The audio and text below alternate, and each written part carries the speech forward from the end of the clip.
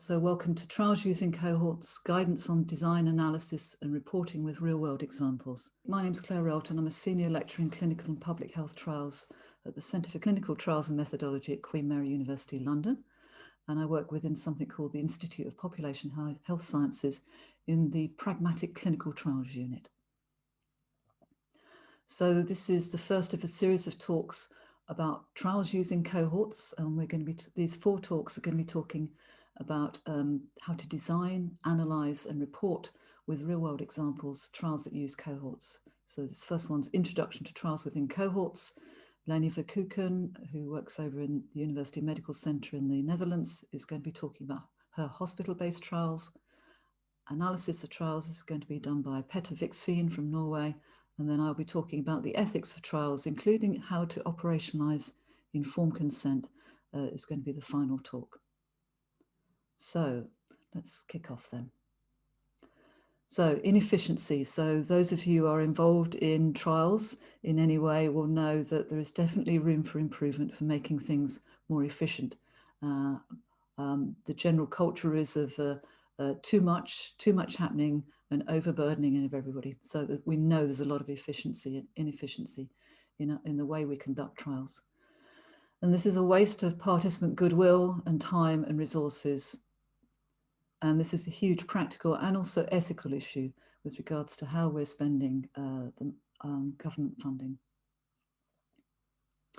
So I'm going to start by talking about something, my background. So I started off as a complementary and alternative medicine clinician. I was then invited to be a practitioner inside a double-blind placebo randomized controlled trial. And I observed, I was completely trial naive at that point, and I observed that as soon as the word research and the word trial was came into the setting, everybody started behaving differently. I was very interested in learning information. I was very much hoping that the trial would actually produce information that could actually inform decisions about myself, my patients, and those who commissioned the services that we provided about what to do. But it turned out that because everybody was behaving differently, that just didn't seem to make sense. So I then started doing a master's in health services research and a PhD in trial design, and worked with Professor John Nichol, who's commissioned over 1,000 randomized controlled trials. Partly as he used to be chair of the Health Technology Assessment Commissioning Board. And together we created a trial design that we thought was practical and hopefully more efficient. So this was published in the BMJ in 2010. And the title of the article was Rethinking Pragmatic Randomized Control Trials, Introducing the Cohort Multiple Randomized Control Trial Design. So people started using the design. We published some trials which use the design. Yeah, let me talk about the key features of this design.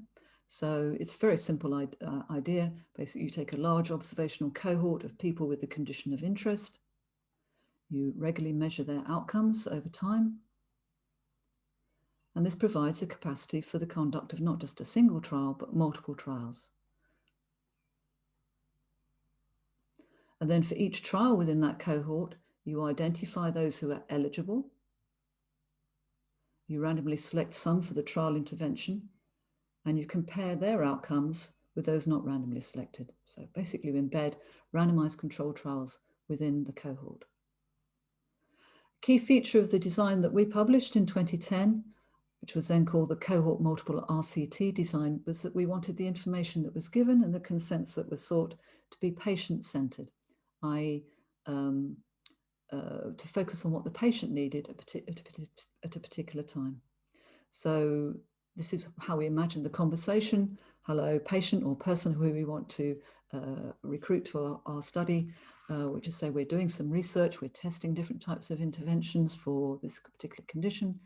Can we use some data that you've got or that you're providing for these research purposes? And also, can we contract you for research purposes, i.e. if you happen to be eligible for something that we're testing and you are then randomly selected to try this, can we come and invite you? And also, if you are not randomly selected, i.e. you're eligible, but you're in the control group, do you agree to not be contacted if you're not selected? So this approach to consent can be described as broad consent. For those that agree, you can then screen those who are eligible and you can randomly select them. And then for those who have been randomly selected, you go to them and say, you have been randomly selected. Would you like to try this? This is the benefit. This is what we know about the treatment. These are the benefits and risks. So as you can see, it's very different from the standard approach to informed consent, where everybody's given full information about everything that they might or might not get before they agree to take part in the trial. So rather than prospective full consent, this is a staged approach to consent, where you get broad consent from everybody and then specific sort of clinical type consents from those who have been randomly selected to try something that's different from their routine care. So I'm just going to give you a few examples now of studies that have used this. The hospital talks that's going to be happening next week with Eleni Verkuken, she's going to be talking about 10 cohorts she's now got at the Utrecht Medical Centre, University Medical Centre in Utrecht in the Netherlands, which is a very big hospital, university hospital. They've got over 15,000 patients are now recruited to the 10 cohorts of different types of cancer, so breast, bone metastases, prostate cancer, etc. So I would encourage you to, if you're interested at all, to have a listen to register and listen to that talk. A more recent example is the Covidence study, which is based at Queen Mary University London, led by Professor Adrian Martineau. And there, I think around 20,000 people from the general population have agreed to take part in the Covidence cohort. They're filling in monthly outcome measures. They've all agreed for their data to be routinely linked, and they are providing really valuable data on COVID and the risk factors and the health-related behaviours around COVID.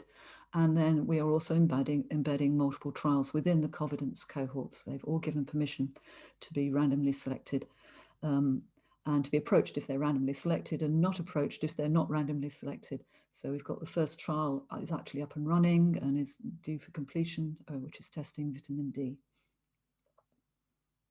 A third example is Generation Victoria over in Australia. So this is a huge study for the Victoria area in Australia.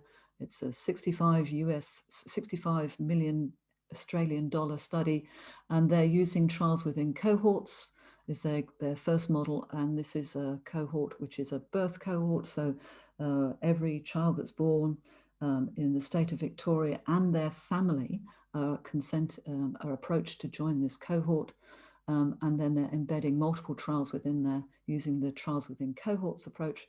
But they're also doing a second approach, which is trials alongside Generation Victoria, so which allows trials to be run alongside and data to be shared between the two groups. So it's a fantastic piece of research, which is basically creating a learning health system for infants and children and families in Victoria. Really fascinating study. So Bev, who's managing the chat at the moment, she's conducting a scoping review of randomized controlled trials using cohorts. And she's identified, I think, over 80 studies where the protocols or the trials are published that are using this approach. And she's analyzing different aspects of that. If you've got any interest, if you know of any studies that you think she might be interested in, please, that are either planned or ongoing, please do contact her. Or if you're interested in doing a trial using a cohort and you want to know if anybody else has actually done a particular type of trial or a particular type of cohort study using this approach, then please do contact Bev, and I'm sure she'll be happy to share information from her database. One of the things that's been interesting as we've been doing this review is we found that the trials, the cohort multiple RCT design that we published in 2010 in the BMJ was not the first example of this approach. Actually, the first example was 2004. And again, that was a Dutch group in Maastricht University. So this idea has been, is being taken up in different places at different times.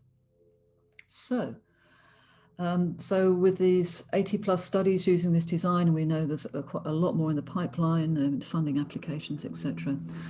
How on earth do we report these studies? How on earth do we report these trials?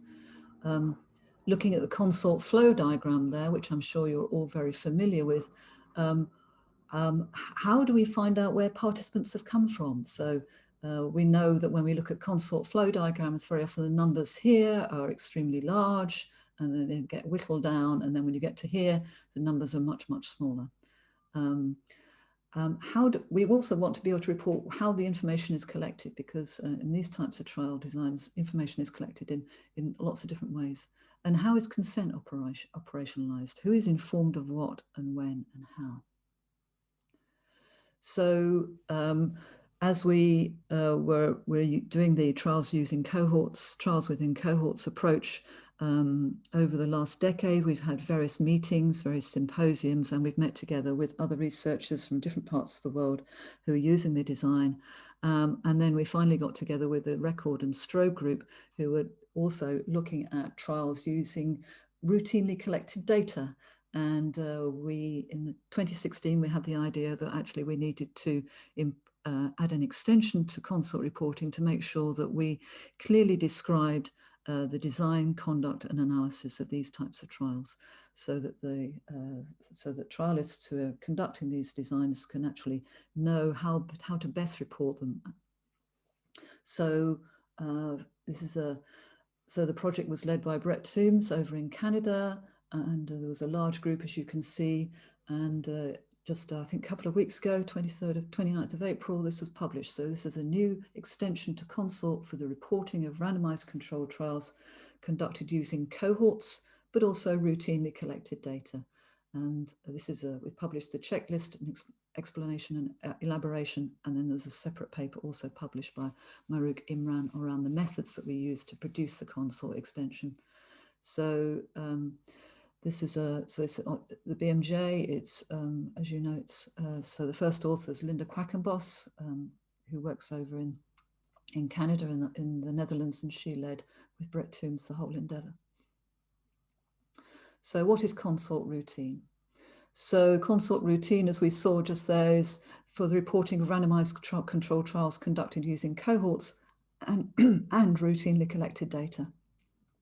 So trials using cohorts. So what's a cohort?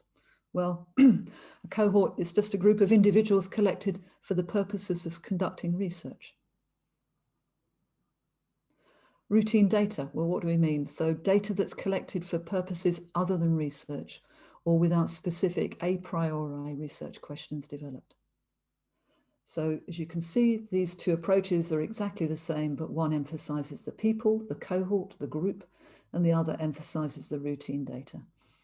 So routine data trials embedded within that use routine data, they can be, what types of routine data are we talking about here? Well, electronic health records, registries, and administrative databases such as government, private health insurance databases, or it could even be a social care or education database.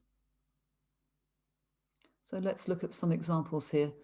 So yes, so the cohorts and routine data can be used to identify eligible participants, to collect and or determine outcomes, and even to implement an intervention, or a combination of all these purposes. So let's look at some examples.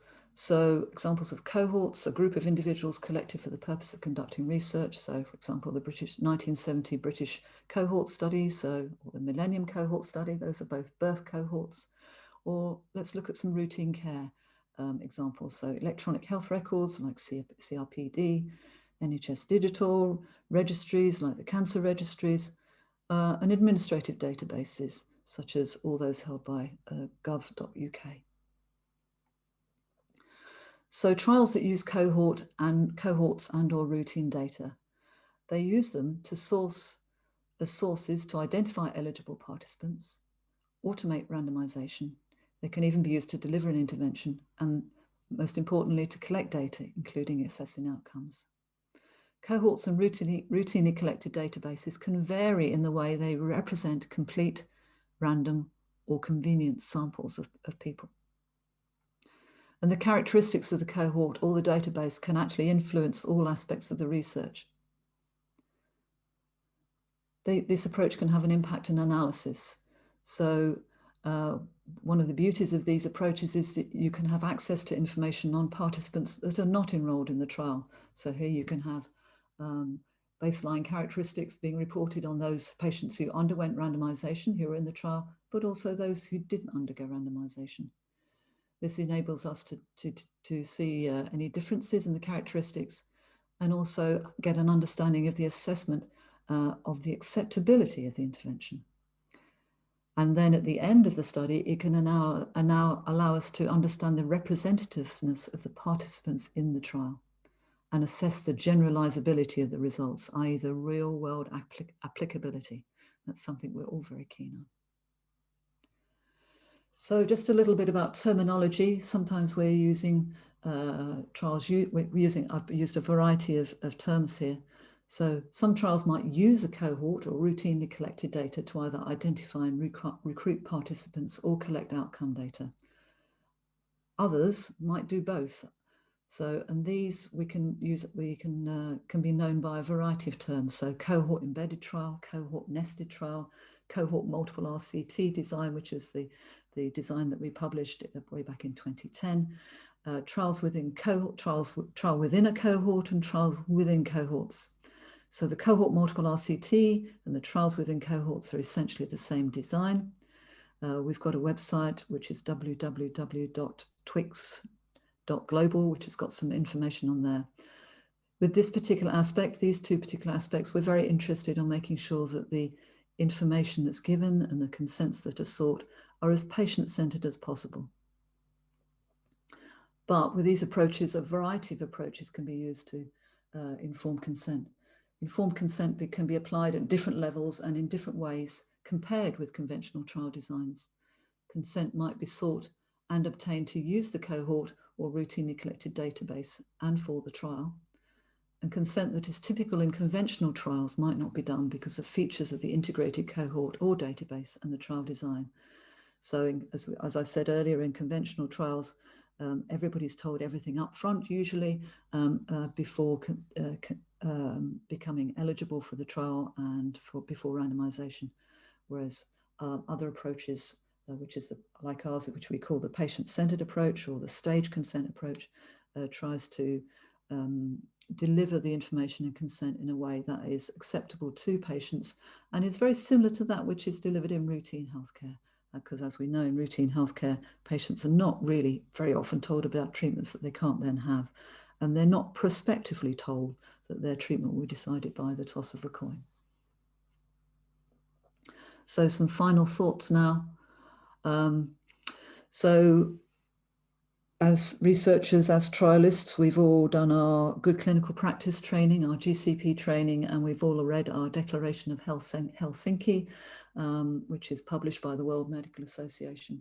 And we know that, so looking at the World Medical Association Declaration of Helsinki, so there's a number of principles and guiding principles. And one of them, which is not very often talked about, which is this one, which is even the best proven interventions must be evaluated continually through research for their safety, effectiveness, efficiency, accessibility, and quality.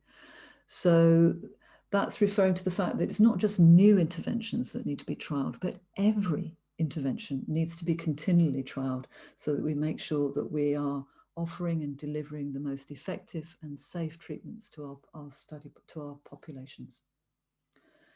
At the moment, we know that things are fairly inefficient. We're hoping that the consort routine extension will actually provide a roadmap for some way for trials becoming more efficient. So thank you for listening. We've now got plenty.